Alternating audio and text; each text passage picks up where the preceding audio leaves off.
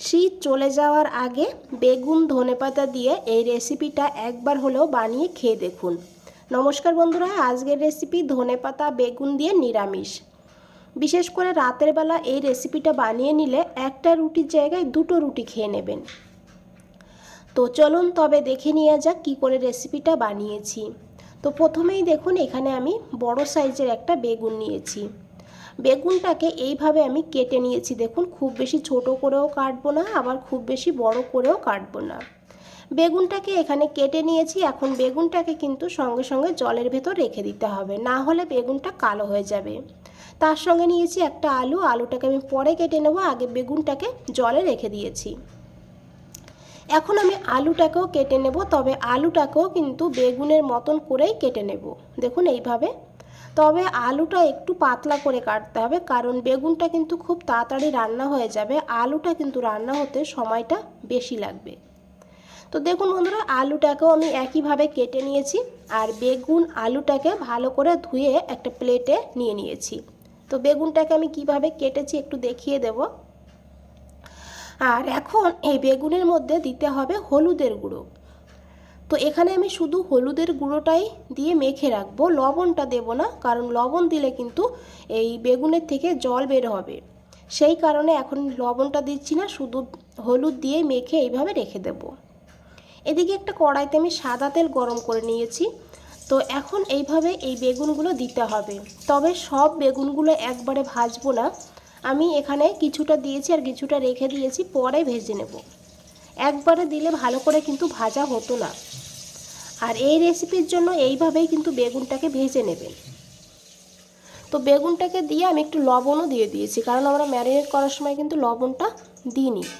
এখন এই বেগুনটাকে এইভাবে বন্ধুরা ভেজে নিতে হবে। দেখুন, আর গ্যাসের ফ্লেমটা মিডিয়াম টু হাইতে রাখতে হবে। হাইতে রেখে বেগুনগুলোকে ভাজতে হবে, তাহলে কিন্তু বেগুনে একদমই তেল সোপ করবে না, আর না হলে বেগুনে তেল পুরো সোপ করে নেবে। তো বাকি বেগুনগুলো আমি একইভাবে ভেজে নিয়েছি। এখন এই তেলেই আমি দিয়ে দিয়েছি আলুগুলো। আলুটাকে তবে একটু লো টু হাই ফ্লেমে ভাজতে হবে, কারণ আলুটাকে কিন্তু ভালো করে ভাজতে হবে। এখানে 50% সিদ্ধ করে নিতে হবে। আমি দিয়ে দিয়েছি একটু লবণ। লবণটা দিয়ে ভালো করে মিশিয়ে ঢাকা দিয়ে লো ফ্লেম করে রেখে দিয়েছি। এদিকে আমি একটা মশলা বানিয়ে নেব। নিয়েছি 1 মুঠ ধনেপাতা। শীতের সময়ের ধনেপাতার ফ্লেভারই কিন্তু আলাদা হয়। আর বন্ধুরা, সারা বছরই এখন ধনেপাতা পাওয়া যায়, তবে শীতের সময়ে যে ধনেপাতাটা সেটা কিন্তু একদম অন্য একটা মাত্রা এনে দেয়। নিয়েছি 1/2 ইঞ্চি আদা, 2টো কাঁচা লঙ্কা। তো ঝালটা আপনারা বাড়িয়েও দিতে পারেন। একটা মিক্সচার গ্রাইন্ডারে দিয়ে জল দিতে হবে 1 থেকে 2 চামচ। আর জল ছাড়া যদি বাটতে পারেন তাহলে জল ছাড়াই বেটে নেবেন। তো আমি 2 চামচ জল দিয়ে এইভাবে বেটে নিয়েছি। এদিকে দেখুন আলুটা ভালো করে ভাজা হয়ে গিয়েছে। আমি মাঝে 2-3 বার ঢাকনা খুলে একটু নাড়াচাড়া করে নিয়েছিলাম। এইভাবেই বন্ধুরা আলুটাকে ভেজে নিতে হবে।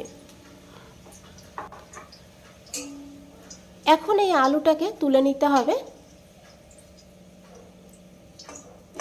তো আলু আর বেগুনটা ভালো করে ভেজে আমি তুলে নিয়েছি দেখুন। আর এখন এই তেলের ভিতরে আমি আরও 1 চামচ তেল অ্যাড করে দিয়েছি। এখন দিচ্ছি এখানে 1/2 চামচ গোটা জিরা, আর নিয়েছি এখানে শুকনো লঙ্কা, 2টো শুকনো লঙ্কা দিয়েছি, একটা তেজপাতা আর 3টে ছোট এলাচ। ফোড়নটাকে একটু ভেজে নিতে হবে। সুন্দর একটা সুগন্ধ বের হলে তখন এখানে দিতে হবে অল্প করে একটু হিং। যেহেতু নিরামিষ রান্না করছি, একটু হিং তো অবশ্যই দিতে হবে। আপনারা পেঁয়াজ রসুন দিতে চাইলে এই সময় পেঁয়াজ কুচি দিয়ে ভেজে নিতে পারেন ভালো করে। আর তারপরে রসুনটাও কিন্তু ধনেপাতার সঙ্গে পেস্ট করে নিতে পারেন। এখানে দেখুন আমি দিয়েছি একটা টমেটো। টমেটোটাকে ভালো করে তেলের সঙ্গে ভেজে নিতে হবে। এইভাবেই 1 থেকে 1.5 মিনিট ভাজলেই দেখবেন টমেটো কিন্তু একদম সফট হয়ে যাবে। তো দেখুন বন্ধুরা, টমেটো কিন্তু একদম সফট হয়ে গিয়েছে। আর এখন এখানে দিয়ে দিতে হবে পেস্ট করে রাখা ধনেপাতা, আদা, কাঁচা লঙ্কা। এখন এই মশলাটাকেও 2 মিনিট ভালো করে কষিয়ে নেব, যাতে আদার কাঁচা গন্ধ না থাকে।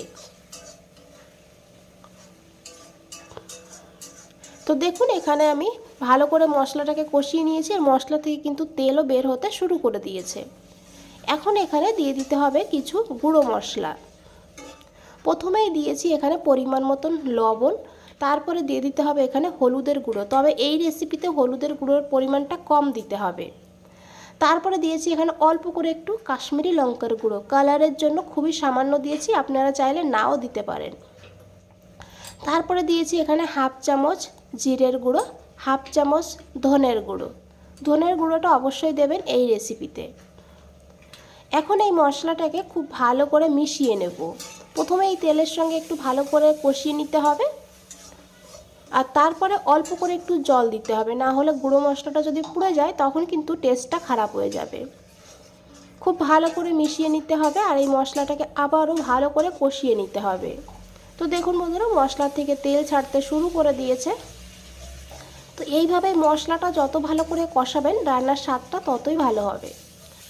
তো দেখুন বন্ধুরা, খুব ভালো করে কষিয়ে নিয়েছি। আর এখন এখানে দিয়ে দিয়েছি হাফ কাপ মটরশুঁটি। যেহেতু শীতের সময়ের বেগুন, তো মটরশুঁটিটা অবশ্যই দেওয়ার চেষ্টা করবেন। মটরশুঁটি দেওয়ার কারণেও এই রেসিপির স্বাদটা কিন্তু দারুণ হয়, কারণ মটরশুঁটি কিন্তু একটু মিষ্টি মিষ্টি হয়, খেতে খুব ভালো হয়। মটরশুঁটি দিয়েও খুব ভালো করে মশলার সঙ্গে মিশিয়ে নিয়েছি। তারপরে এখানে দিয়েছি আরও একটা টমেটো। এখানে আমি দুটো টমেটোর ব্যবহার করেছি, প্রথমে একটা দিয়েছি আর এখন একটা দিয়েছি। তবে এই টমেটোটাকে কিন্তু একদম গলিয়ে ফেলবো না, এইভাবেই গোটা গোটা থাকবে, সেই জন্য কিন্তু এই টমেটোটাকে পরে দিতে হবে। তো দেখুন বন্ধুরা, তারপরে দিয়ে দিয়েছি এখানে আমি আলু, ভেজে রাখা আলুটাকে দিয়েছি, খুব ভালো করে মিশিয়ে নিয়েছি। আর এখন ঢাকা দিয়ে 2 মিনিট রাখবো লো ফ্লেমে। 2 মিনিট পর ঢাকনাটা খুলে নিয়েছি। এখানে প্রায় আলুটা 90% সিদ্ধ হয়ে গিয়েছে। এখন খুব ভালো করে একবার মিশিয়ে নেব। আর টমেটোটাকে এইভাবেই রাখবেন, টমেটোটা যখন খাওয়ার সময় মুখে পড়বে একটু টক টক লাগবে, মিষ্টি টক ঝাল, খেতে দারুণ হবে। দিয়েছি কয়েক দানা চিনি টেস্টটাকে ব্যালেন্স করার জন্য। তারপরে খুব ভালো করে মিশিয়ে নিয়েছি। তারপরে দিয়েছি এখানে ভেজে রাখা বেগুন। আর বেগুনগুলো তো এখানে ভাজা হয়েই গিয়েছে, তো হালকা হাতে এইভাবে মিশিয়ে নিতে হবে, আর যাতে এই মশলার ফ্লেভারটা বেগুনের ভেতরে ভালো করে ঢুকে যায়। তো দেখুন, খুব ভালো করে মিশিয়ে নিয়েছি। আর এখন ঢাকা দিয়ে 3 থেকে 4 মিনিট লো ফ্লেমে রান্না করতে হবে। 4 মিনিট হয়ে গিয়েছে, আমি ঢাকনাটা খুলেছি। তো আশা করি বন্ধুরা দেখে বুঝতেই পেরেছেন কতটা লোভনীয় লাগছে। এটা কিন্তু দারুণ হয় খেতে, একবার না বানিয়ে খেলে বুঝতে পারবেন না, এটা বলে বোঝানো যাবে না এর টেস্টটা যে কত ভালো হয়। এখানে দেখুন আলুটাও খুব ভালোভাবে সিদ্ধ হয়ে গিয়েছে। আর এখন এখানে আমি দিচ্ছি একটু ধনেপাতা কুচি। আর আপনারা চাইলে এখানে একটু গরম মশলার গুঁড়ো বা একটু ঘিও অ্যাড করতে পারেন, তবে আমি কিন্তু দেব না, কারণ এই ধনেপাতার যে ফ্লেভার, সেই ফ্লেভারটাই কিন্তু এই রেসিপিতে দারুণ লাগবে। এখানে বেগুন ধনেপাতার নিরামিষ একদম রেডি। ভাত না হলে রুটি পরোটার সঙ্গে পরিবেশন করুন, আশা করি ভীষণ ভালো লাগবে। বন্ধুরা, রেসিপিটা ভালো লাগলে অবশ্যই একটা লাইক করে দেবেন। আর নতুন বন্ধুদের বলছি, চ্যানেলটা এখনও সাবস্ক্রাইব করে না রাখলে চ্যানেলটা সাবস্ক্রাইব করে পাশে থাকুন। নিচে বেল আইকনটা আছে, প্রেস করে রাখুন, যখনই নতুন কোনো রেসিপি দেবো সবার আগে আপনাদের কাছেই পৌঁছে যাবে। বন্ধুরা, আজ তাহলে এই পর্যন্তই, ফিরে আসছি নতুন কোনো রেসিপি নিয়ে। ভালো থাকবেন, সুস্থ থাকবেন, সবাইকে অনেক অনেক ধন্যবাদ।